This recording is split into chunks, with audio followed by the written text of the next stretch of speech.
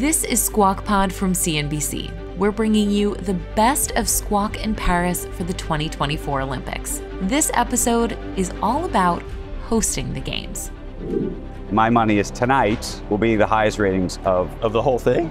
It's NBCUniversal's 18th Olympics. Ratings, energy, and performance are all sky high. Brian Roberts, CEO and chairman of our parent company Comcast, sits down at our set in Paris. It's one of the proudest moments, I think, since we've owned NBCUniversal. The Olympics really done perfectly.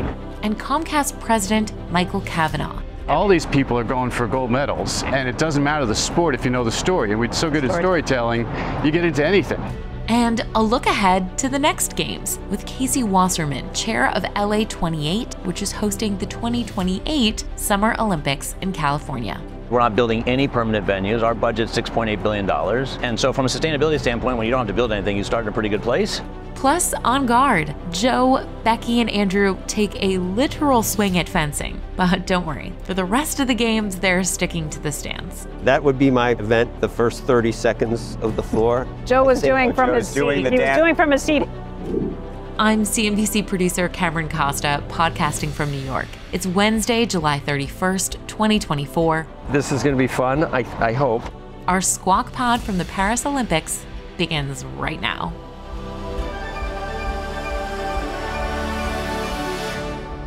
Good morning, everybody, and welcome to Squawk Box right here on CNBC. We are live from the Olympic Games in Paris. I'm Becky Quick, along with Joe Kernen and Andrew Ross Sorkin, and it is day 5 of the Olympic Games. Yeah, the action here has been amazing. There haven't been any disappointments just in terms of how exciting this has been. We were just talking about the Olympics. The three of us were at the gymnastics team final last night. We got to watch the U.S. team bring home the gold. The U.S. had the highest score on every apparatus. Simone Biles now has 8 Olympic medals. That is the most ever by a U.S. gymnast, passing Shannon Miller. Italy took silver and Brazil took bronze, and this was phenomenal. I mean, it was electric. To actually be able to watch on every event, as a result, you saw all 8 teams, 24 gymnasts, do every one of these apparatuses, and you can really see when you're watching all of them, the difference just in terms of the quality and the caliber of how strong these gymnasts are. The balance beam looked even narrower in person, right? Which made me more nervous than I normally. And it's like the width of your foot. It's like the width of your foot, and they do one, like in the, like they get so much air. Yeah. And okay, so how nervous were you? I was nervous. Simone at the end. I was nervous then. At the end. I was nervous then. She was like there by herself. Yeah, everything else wrapped up first. She was the final competitor on the floor, in the final event on the floor, and it seemed perfect. It was very quiet as people were watching her. Huge cheers as she landed. The floor is a good place. I would not like for her. For me, as I said, that would be my event. The first 30 seconds of the floor. Joe was doing from his seat. He was doing from his seat. How long he could hold up? Right to where I get to where I'm going to run, and then you stop. Then I have to. No, then I'm done. But it's the same for all. But if you could, but even for these unbelievable athletes, I think to end on the floor is better than on the floor exercise. That's better than ending on the balance beam, isn't it? But they're professional at everything. But I myself, with all that room, if I did a somersault, let's say, I think I could do that. I might pull that off. A somersault. I might be able to pull that off, but then. Do you think you could do a cartwheel? No. Could you? I have never been able to do a cartwheel. Oh yeah, I can do a round off cartwheel. I used to stick gymnastics as a kid, but I mean, I can't do it as a now. child. I think I could. Yeah. I think I was capable of that. Definitely too big and lanky. But now I couldn't. No. Well, if you are wondering just how difficult and how dangerous this is, this picture that's going viral, this is from the Brazilian gymnast, Flávia Saraiva. She basically competed with a black eye yesterday after she suffered a hard fall during the warm-ups for the uneven bars. We were sitting right in front of her. I watched her fall and smack herself and then writhing in the floor. This was just minutes before she had to get up and do her competition on those uneven bars, and she did it. This is what these Olympic athletes have. I mean, you would think that would be game over, at least for the day, watching it. Right? She got a 13.66 on that event, even right after she whacked herself. And they came in. Italy came back. Italy and Brazil, I think, both came back. Right. Japan was there cool. after a couple of the rotations. You know, at home it's USA, US. That's what you see on TV. Everybody was there. Everybody was there. Yes, but here it's France. I mean, I went to a Taekwondo thing. Anybody wanted was France to win. Swimming, everybody wants France to. I mean, there were some loud Brazilians right behind us. Right. Yeah. It was good. It's kind of cool. It is, and there are so many events that are taking place here, from the gymnastics arena to the rugby pitch. It was a stunning finish as the U.S. women's rugby sevens team pulled off a comeback with just seconds left to win the bronze. This is the team's very first medal ever. Also, the U.S. men's soccer team clinching a spot in the quarterfinals. They beat Guinea 3-0. Guess what? This is the team's best run since the Sydney Games back in 2000, and they haven't won a medal since a silver medal that was won back in 1904, 124 years ago. Breaking overnight, we should tell you, a Hamas leader was assassinated in Tehran. This after attending the inauguration of the country's new president. Hamas saying an Israeli airstrike killing the group's top leader. Iran's supreme leader vowing revenge on Israel for that assassination. The news coming just hours after Israel said it had assassinated a senior Hezbollah commander in Beirut. And now questions about how and whether all of this is going to escalate in new ways. Crude prices have moved higher on the back of that news. You're looking at WTI now at 76.70. This Hamas leader had been living in Qatar and had been one of the people that was responsible for what are these stalled ceasing of arms back and forth. But we'll see whether, what happens now now that he's been removed. Removed, exactly. Also, I'm not shedding a tear at this point. No, I know, but it's going to. The question is, does this escalate? Does this escalate now? And what happens to the ceasefire from where it happened? Tensions have been so high. There have been so many arms right at each other's, and there have been concerns about a misstep that would lead into a big escalation. People are wondering if this is that. And interestingly, the spokesman for the Israeli military not commenting on this. Right. And this is going to be fun, I hope. We had the opportunity to visit the Team USA training facility. It was on the outskirts of Paris, and it was to grab a sword. Fencing is the fastest growing Olympic and Paralympic sport, and USA Fencing has added more than 10,000 youth members in the last 8 years. That's a 68% increase.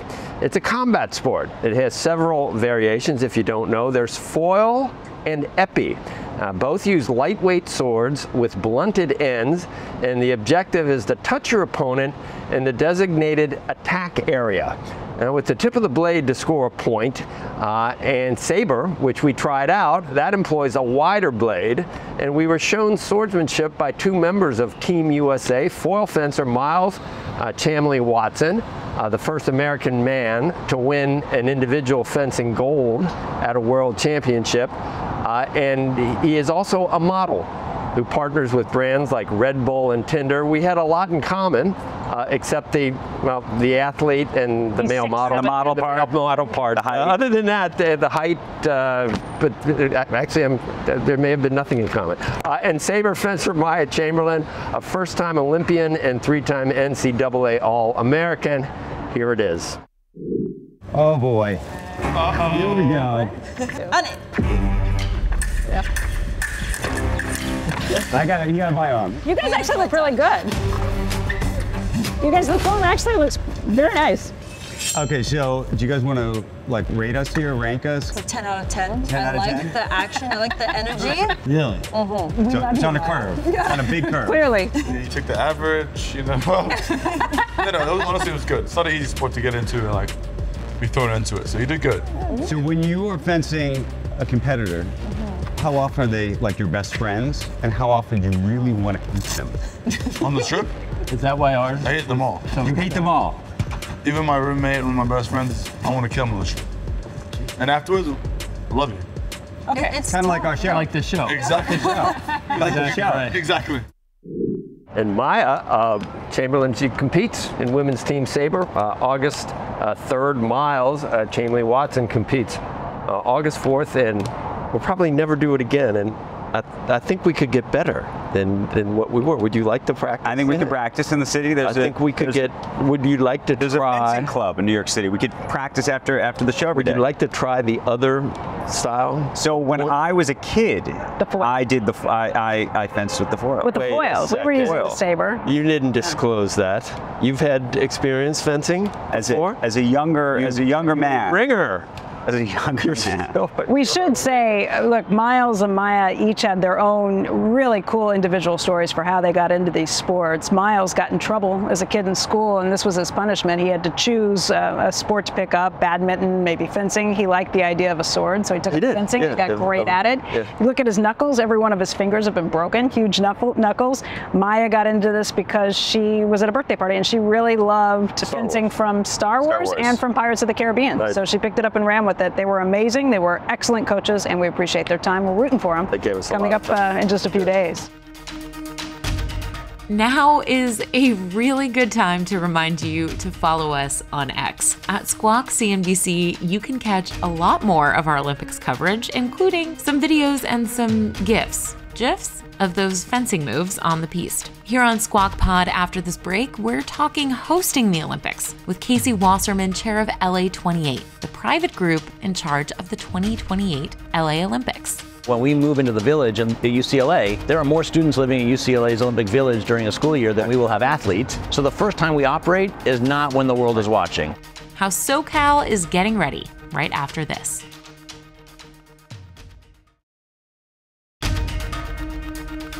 Welcome back to Squawk Pod. Up and Andrew, Q. You're watching Squawk Box right here on CNBC. I'm Andrew Ross Sorkin, along with Joe Kernen and Becky Quick. And we've got the Arc de Triomphe in the background, along with the Eiffel Tower. In just 4 years from now, the Summer Olympics will be held back in the United States, this time in Los Angeles, and this time with the addition of new sporting events, including cricket and flag football. And joining us right now with a preview of what to come in 2028, the man who has put it all together, Casey Wasserman, Wasserman Chairman and CEO. He is the chairman of LA 2028, the group in charge of the 2028 Olympic Games. It's nice to see you. You already got T-shirts made. I got at least one. So you're here. The moment is almost upon us. At the end of this Games, in just about a week and a half, the torch will start moving towards LA. What are you learning while you're here? Well, I think one of the unique things about the Olympics is you intellectually understand the scale of it, but until you see and feel the scale of it, it's hard to comprehend. So for us, it's a lot of watching and seeing how these things all operate, because we are essentially producing 72 world championships in 17 days in Los Angeles. And so to understand all the complexity that comes with that, transportation, security, operations, back of house, restocking facilities, all these things you never really think about at that scale, we need to see the real. Okay, so the ratings for this are sky high. You're going to want the ratings for yours to be sky. What are you learning? What's working? And to be honest, maybe what's not working? Is there something that you've learned? Look, what's working here is they did a great job of creating iconic venues and having full venues. And so there's a lot to learn from how they did that, how they managed those processes and the results. Look, what's not working, frankly, most of it is behind the scenes and non-consequential at scale. But one of the things that we have the advantage of is all of our venues operate for the use we will use them essentially in 2028. So when we move into the village in UCLA, there are more students living in UCLA's Olympic Village during a school year than we will have athletes, and they feed them and they house them and they do laundry and food and all those things. So the first time we operate is not when the world is watching. So this Olympics, as you know, they're trying to make it more sustainable, as you are, not building, a million new buildings. Yep. In this case, I think only building 2, frankly. What are you guys going to be doing, and how much is it ultimately going to cost? This Olympics looks like it's going to cost something on the order of about $10 billion when everything's done. So all Olympics except LA have 2 budgets. They have a capital budget, which is the couple buildings they did build and a lot of the infrastructure, and the $1.5 billion for the Senate and all those things, and they have an operating budget. We have one because we're not building any permanent venues. Our budget's $6.8 billion. And so from a sustainability standpoint, when you don't have to build anything, you start in a pretty good place. But that's just sort of the table stakes. And so how do we leave LA better than when we found it in every way? Because we're just there for 17 days. Are you studying 84? I'll just let you know that I was there, living there, and there was a great amount of fear and trepidation. And Ubroth is still legendary for how smoothly you talked to him? Traffic and everything else went. Are you? I talked to Peter 3 days before I came over. I was there. I was 10, and it was maybe the best LA had ever been to that point, and it changed our city in many ways. And I think a lot of the things they did we will repeat, and we have a lot more to do in terms of the transportation facilities. Got some mass transit now. We do highways, some new highways. What do you do about traffic? Well, by the way, these guys have dealt with traffic by shutting all the roads down.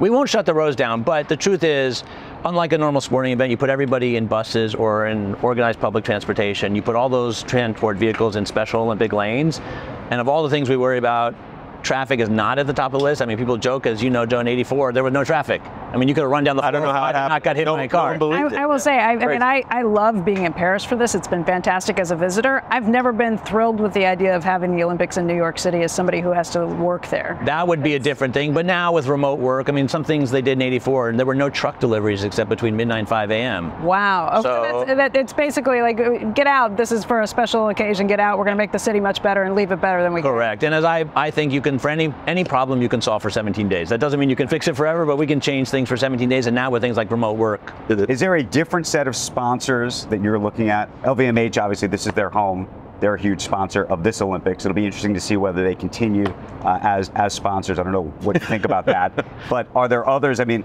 does Disney all of a sudden say to themselves, you know, we're in LA, Hollywood, this is our land. We're going to sponsor this? Are there companies that historically have not played in this space that you think become sponsors? Definitely. I mean, look, Disney, obviously we have to be respectful of our relationship with your boss in many ways, and the Olympic relationship that Comcast and NBC have. But people forget, in 1984, Disney Imagineering actually designed the mascot. Sam the Eagle was designed by Disney. So there's lots of opportunities to bring in, whether Mattel, the biggest toy company, is based in LA. There's a whole group of people that want sort of what California is and breathes and what Los Angeles has become for culture. They want to connect with us. Would you keep surfing in Tahiti or Zuma, dude? Can you do it right? Malibu. They're doing it in Malibu. No, we're going to do it. Well, we've got a couple of choices: Hermosa Beach or Trestles. The waves aren't great in Southern California in the summer. Even in Tahiti, and I volunteer. And St. Joe, right? I won't make any jokes about Americans' foreign policy, but if we take over Tahiti, I guess I could do it in French Polynesia. How spread out do you think you're going to do it? Because the one thing about this Olympics is, you know, basketball is 2.5 hours away. Right. You know, equestrians at Versailles, which is an unbelievable place, but it takes a while to get to. Yeah. Even just getting from one event to another that's in Paris is, you can't really do more than 1 or 2 sports in a day. So we have a different model. About 85% of our events are within 30 kilometers of each other, from Long Beach to the Valley. And it's a pretty tight radius with lots of events in concentrated locations. And then we will have other events in other places, just like they have at every Games. People don't pay attention, but you know, there's no sailing in Paris, so sailing's in Marseille. We can sail in Long Beach, so that's an advantage. We're going to do softball and canoe kayak in Oklahoma City. So we're going to take advantage of all the best things, because those are the things that 40 years ago people got in trouble building those venues. Right. And the IOC now understands they got to be much more flexible in what kind of venues. What about the security perimeter? I mean, and also, I mean, here they have to do security at each venue. It's such a, but if you can do it in 1 or 2 places, it changes the whole economics of that, I imagine. It does. It's the one thing the federal government is responsible for and delivers. We have our national special security exemption 3 years earlier than any event in the history of America. It points to the scale and the complexity of this, and we are well into our planning for that. Casey Wasserman, we wish you a lot of luck. Becky, thank you. Appreciate it. She got the hat. Got the hat. Oahu, North Shore. Oahu. Except only in the winter are there waves in the North Shore. Oh. Really? See? Yeah. See? Only a surfer would go. Appreciate it. Thanks, Casey. Cheese will be next. Coming up on Squawk Pod, the broadcasting hosts of the Olympics this year, the leaders of NBCUniversal's parent company Comcast, on the ratings, the golds, and the spirit of the games. Chairman and CEO Brian Roberts. You reimagine our society. It's the whole world coming together, putting their arms down, trying to celebrate the incredible personal achievements, team achievements. And Comcast President Mike Cavanagh. More and more sports are going to be streamed and available. Just looking at the ability, more camera angles, alternative telecast, even if it's not the Olympics. But the Olympics really shows you what's possible, you know, streaming sports. That big interview right after this.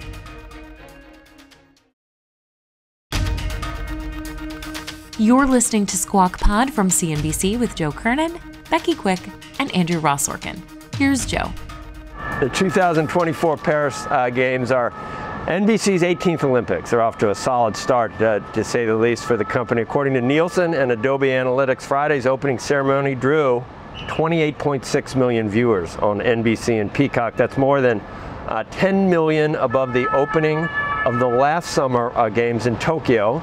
On Sunday, more than 41 million people watch the athletes compete. Here now on our Paris set, Brian Roberts, Chairman and CEO of Comcast, the parent of NBCUniversal and NBC, and Mike Cavanagh, Comcast President. They give medals out here, as you guys know, but I'm thinking trophies and I'm thinking trophy properties.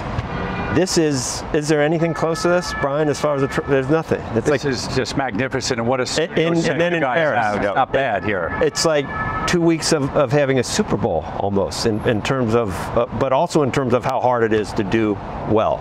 So it's definitely unique. It's one of the proudest moments, I think, since we've owned NBCUniversal. The Olympics really done perfectly. You reimagine our society. It's the whole world coming together, putting their arms down, trying to celebrate the incredible personal achievements, team achievements, and French government, President Macron, they welcomed this whole operation that we have, 3,000 people working to bring this broadcast, Peacock, Xfinity, NBC, all working together. And then when it works, and you have innovation like Gold Zone or Squawk here with that noise in the background, knowing you're in a real live city. You don't hear it anymore. And the Eiffel Tower and surfing from Tahiti. I can't think of anything that makes me prouder. And the results so far are every reason we do this. It helps Peacock, helps NBC, the advertisers and our partners, and Mike and his team are just doing a great job. The way it's covered keeps changing, and now you can see basically everything you want, however you want to see it. But the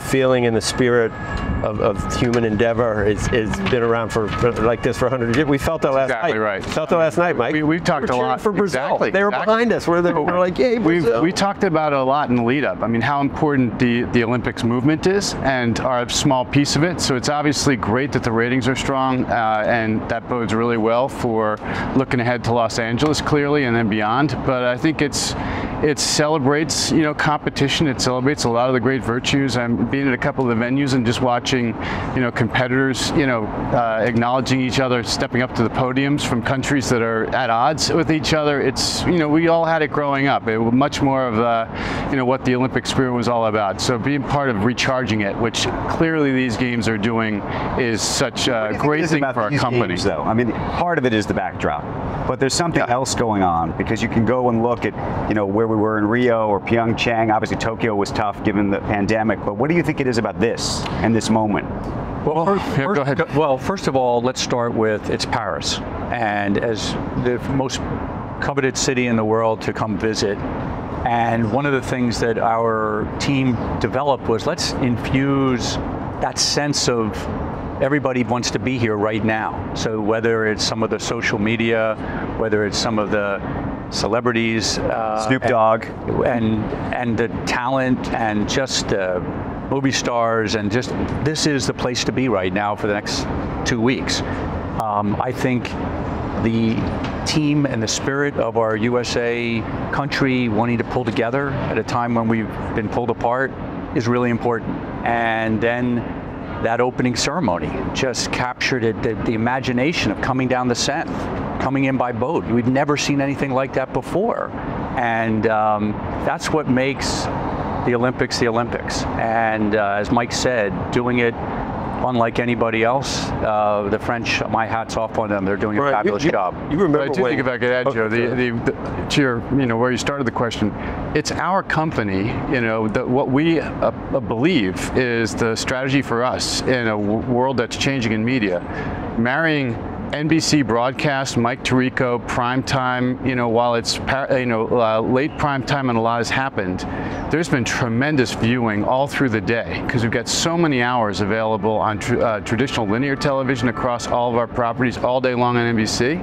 And then at Peacock on the other side, both sides, both linear and streaming. And on the streaming side, you got 7,000 hours. You can see everything. And we've got Gold Zone now, which has been a viral hit, back in the States of people. We've had 10 boxes up on the screen, and they're doing the whip around and getting jazzed about really anything Olympics. All these people are going for gold medals, and it doesn't matter the sport if you know the story. And we do so good at storytelling, you get into anything. But Mike, I think that's a big part of the story and what we're seeing kind of develop from here. A lot of the guests that we've had this week have been people like Alexis Ohanian, who's trying to lift up women's track and field, and same story from Michael Johnson. Just this idea that these are incredible sports that get ignored in between, but what's happening is as you have all of the streaming things taking off, people are seeing this is a new market, a new way to reach people. How about that rugby finish yesterday? I didn't know. Right? I didn't know there was a women's. It looked like a returning foot. I didn't know that ever happened. Epic kind of moment. It's exactly to your point, for a bronze, Becky, that maybe we haven't fallen in love with that sport all the time, but suddenly you do. And of course, Simone Biles and the comeback story, how the redemption and the spirit, and it's fantastic. Do you remember when you were negotiating to get the long-term deal and content for sports, and now we know about NBA, and we know about what a singular thing can do for Peacock, 38% above last year because you had to get, I mean, these properties are so valuable. Do you look back on that deal we got for I work here, but do you look back on that? We all shared that. How did that happen? How did we get that deal for that price? And we were just so in belief that the Olympics mattered, and one of the things they do is let you have all technologies. So I always looked at it as our R&D laboratory. We started with every athlete in every sport, but it didn't quite work last time. And the Peacock team has done a fabulous job of making that work. The Xfinity team with the voice remote and the integration being so simple, the sign up. So there's a lot behind the picture quality. On USA, we have a whole new version of high-def TV we're trying out, which improves the quality. But that moment back then was existential when we made the deal with the International Olympic Committee. They've done a great job being partners with us. America is a really important part of the Olympic movement. The NBC brand helped back then because they got less money. And it still does. We met with them the other day, and they're very proud of what the coverage and the emotion that we bring to the broadcasts, and then the whole company, CNBC here, and NBC News, and Leicester. And so, again, I just echo, could there be a prouder moment in our company, and then to have it work this well beyond our highest expectations? Right.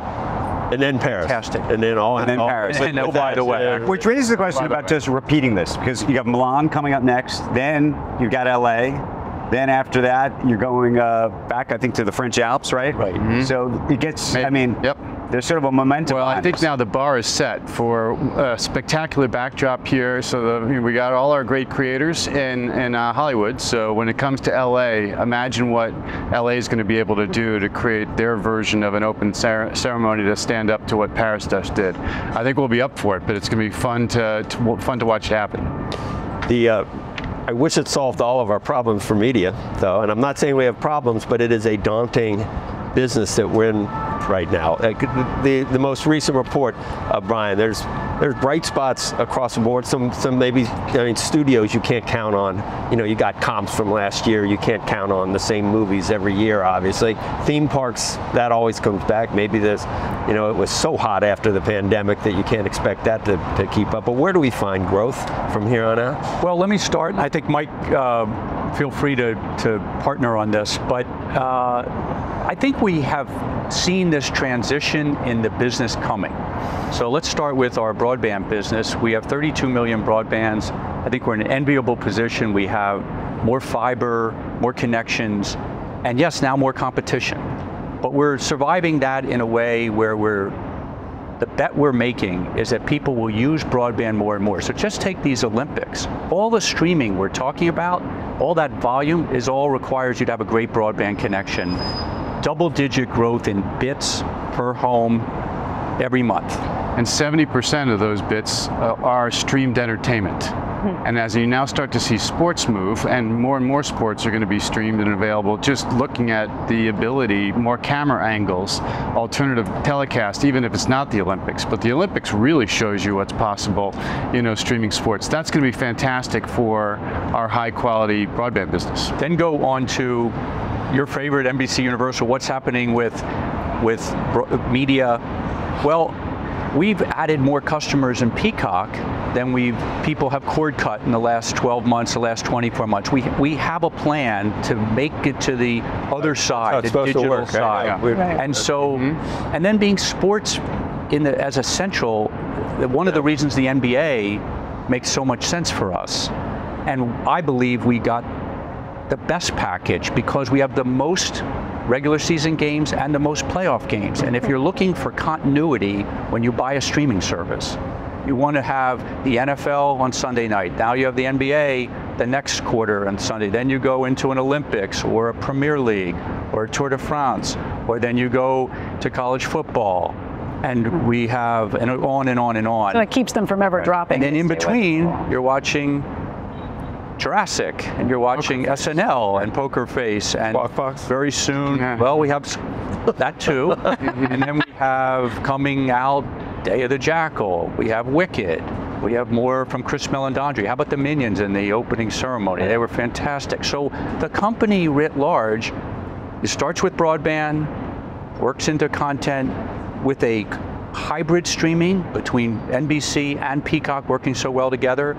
And then, as you mentioned, studios will go up and down, but we have a great team, great forecast. And theme parks, what we would say is we did pull forward demand, but we'll be having a set like this at Epic Universe in Orlando, hopefully next year, and it will speak for itself, with Harry Potter to... We'll even have air conditioning for you guys.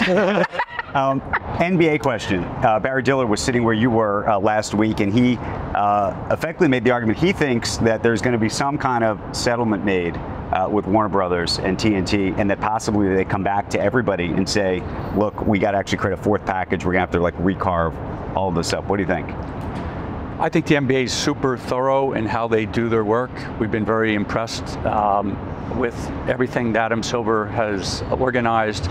We're excited about our world.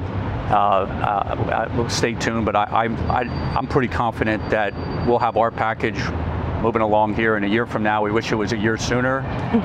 The games, we just had that NBA, the USA basketball game had a rating almost equivalent with the NBA Finals. Just their first I said, I think tonight the South Sudan game may actually be one of our rating winners. Yeah, like big time. The little payback for that scare. What do you guys do while you're here? Do you get to get out and see the games yet? Is this more about business and checking in to see what things are doing? A little bit of all the above. Spent a lot of time with the International Olympic Committee, the U.S. Olympic Committee, getting ready for the LA games. So a good amount of business, but then have had some fun. You know, I got to see the women's gymnastics last night, so great moment for the U.S. Seeing the flag go up, hearing the national anthem will be a big memory. Being at the beach volleyball the other night, one of the best venues in sports, the electricity of the environment, and then I got to see a little bit of Nadal Djokovic. So, you know, hopefully not his last, but maybe. Mike's having too much fun. I'm having a lot of fun. How about you, Brian? Well, my family's coming over in a few days, and we're going to go out then and really see a lot of sporting events. I came over several times before, and again, I just can't say enough wonderful things about our team. Has said no country has ever been quite as organized as France has been, and Paris, and President Macron and what he's done. The operation's running smoothly. We got a long way to go, and I can't wait to be part of it. We wish everything was. I'm thinking about sports in the NBA and how excited I am to. I wasn't before betting, and I always say people get tired of me talking about it, but I watch all the NBA games now because I have a stake, and it's going to go state to state eventually. Everybody's going to have it, and I can't. Maybe I'll bet on rugby, like you said. I mean, sports is so incredibly valuable, especially when you have $5 on the game. Well, I think what you're seeing with Peacock having every sporting event there, and you're in control as a viewer. Or you can sit back on NBC and just have the traditional broadcast. We're trying to appeal to every demographic, every taste. That's only going to get better and better. Technology makes it so seamless. This was a milestone moment for our company, and I'm so proud we delivered. That playoff game with Kansas City was the largest streamed event in history. That's what this is now becoming. And so what imagines in the future, whether it's betting, or whether it's camera angles, or whether it's higher def quality, or more choices, we want to be the company to bring you that. Are you Do you want to buy something? Are you jonesing to do anything like that, Brian? No, I'm not. Because, and I said this on the earnings call, that we have the making of a great company, so we'd rather invest in something as purely positive, such as the NBA. Big investment. We think we have a great partnership in the making. We're excited about where they're taking the sport. All the other things out there, there's some good and some negatives, and this is just good. So I think that's the trajectory we hope to stay on. Do you think, and just to emphasize that, I mean, we got strong businesses across the board. Each one of our businesses is in its own strong position, making money. There's no piece of our business that we would say we're a laggard in. And we push our teams to say, where can we grow, where should we invest? And we put a tremendous amount of money back into our own business. So we're going to add, 1 million passings in the cable business this year. More footprint growth. We're driving the business services business. We're driving the wireless business, all on the cable side of the business. And at NBC, Christopher Nolan coming over to our studio, thanks to the great work by the team there, it's a way to grow. It's get a great director and lo and behold, you end up with a pile of Oscars. Going after the NBA. There'll be more, and then putting quite a few billions of dollars into Epic Universe in Florida. That's the better, that and returning capital to our shareholders has been a good formula for us. And it starts with having great businesses that you can make better and invest in them organically. And so when we look around at the chessboard that everybody wants to ask us about, inheriting a lot of other people's problems it's a tough way to do it versus just go build around the great assets we already have. Well, I was going to ask you about those problems, though. Do you expect there to be more? Maybe we, meaning NBC, you, Comcast won't be part of it, but do you expect there to be a lot more consolidation, or do you think that actually, given the regulatory environment, there won't be? And by the way, maybe some of these companies are going to continue to have problems, at which point maybe there's an opportunity in the future. You can't control those kind of things. So what you do is what Mike just said very articulately: play your own game.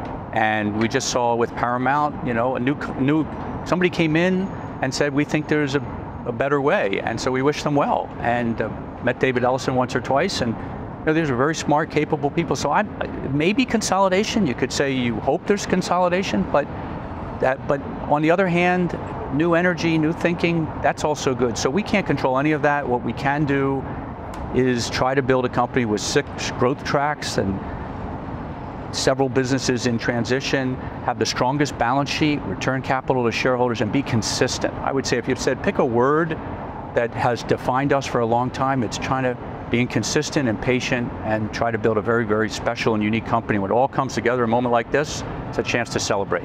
Our viewers are going to be watching Jay Powell later today and his decision on interest rates. I know fundamentally you guys are just playing your own game and doing those things, but what do you look at when you look at the interest rate environment, what that might mean? I think it's more about what's happening with the consumer. Because so we had a little softness in parks, and as I read some other companies' results, maybe there's a little, finding the right balance between getting inflation under control and keeping the economy going. I think the Fed's done a good job personally, and I think we're getting closer to the time where we'll likely see some moves. If the regulatory hurdles were gone, something changes, I don't know what, and you could do whatever you wanted, there's nothing you would do. Right this minute, that hasn't impeded our thinking. That's not what it is. You're right, other companies, I think about the mergers, and the first 2 years you're paying down debt, trying to somehow hope that eventually it's going to pay off, but there's no guarantee. I love our company and the team that we've assembled, and we've got a plan, and we're going to go out and execute. And we have Squawk Box. You got Squawk Box. So. What else do you need? And it's, we could, if you want, we'll go to 9 o'clock. If that's, you tell us. We're out of here. Thank you for being here. Thank you guys. Thanks for all you're doing. And thanks for having us here. It's been fantastic. Cool. We've got a huge lineup today of big events coming up right here in Paris. Let's tell you what's on deck. We got 5 swimming finals. Among the races to watch, Katie Ledecky is going to be trying to defend her 1,500-meter gold. Triathletes swimming on the Seine today. This after last-minute testing showing the river is safe. Some previous tests had failed. for bacterial contamination. So there was a little bit of a debate here in Paris about what would happen. And then this evening, it's going to be big. The U.S. men's basketball team facing South Sudan. Earlier this month, the two faced off in an exhibition game in London, and to be honest, it was not pretty for the American team of NBA stars. They eventually did win, but only by literally a point. They trailed by as many as 16 at one point. Steph Curry said the U.S. won't underestimate South Sudan. Today, we had talked just last week about this. It was on crazy. The air. I mean, this is a team. South Sudan is a country that's only been around since 2011. Right. They have no NBA players on the team. Their biggest star is a 17-year-old who's on his way to Duke from this. They really caught the U.S. team off guard. If you believe Grant Hill, he said, look, it's an exhibition game. Yeah, nobody wants to get hurt. Question is whether they play it like, as we've talked about, the NBA All-Star game. LeBron stepped it up at the end, though. He really... Tonight's the night, though. Yeah. So we will see. But there's a reason you play the games, or else it'd be like, here's your medal. Right. So, I mean, it is possible that's why you'd want to see it, right? The ball has to go through the hoop. And teams get cold, and who knows? But my money would be, if I was a betting man. Okay, so my money is good. By the way, the ratings have been sky high for these Olympic Games, but I will also say my money is tonight will be the highest ratings of tonight with the NBA? Of the whole thing? Gymnastics, too. Yesterday, women's gymnastics. Tonight, the NBA. I'm going with NBA tonight. It's not the NBA. So we can't call it the NBA. We could call it basketball. Though it is a version of the NBA of sorts. Yeah. Right. That's it for this episode of Squawk Pod. Thank you for tuning in. There's more squawking at the Olympics to be had. All you have to do to catch it is follow Squawk Pod wherever you're listening now and turn on your notifications. We'll be adding bonus Olympics episodes to your feed the rest of the week. Squawk Box is hosted by Joe Kernen, Becky Quick, and Andrew Ross Sorkin. Tune in weekday mornings on CNBC at 6 a.m. Eastern, and they'll be there from wherever the world they are. Catch every single event and medal on any of our NBC platforms. It's literally thousands of hours of live Olympics plus highlights on cable, on Peacock, and on the apps. We'll see you soon. We are clear. Thanks, guys.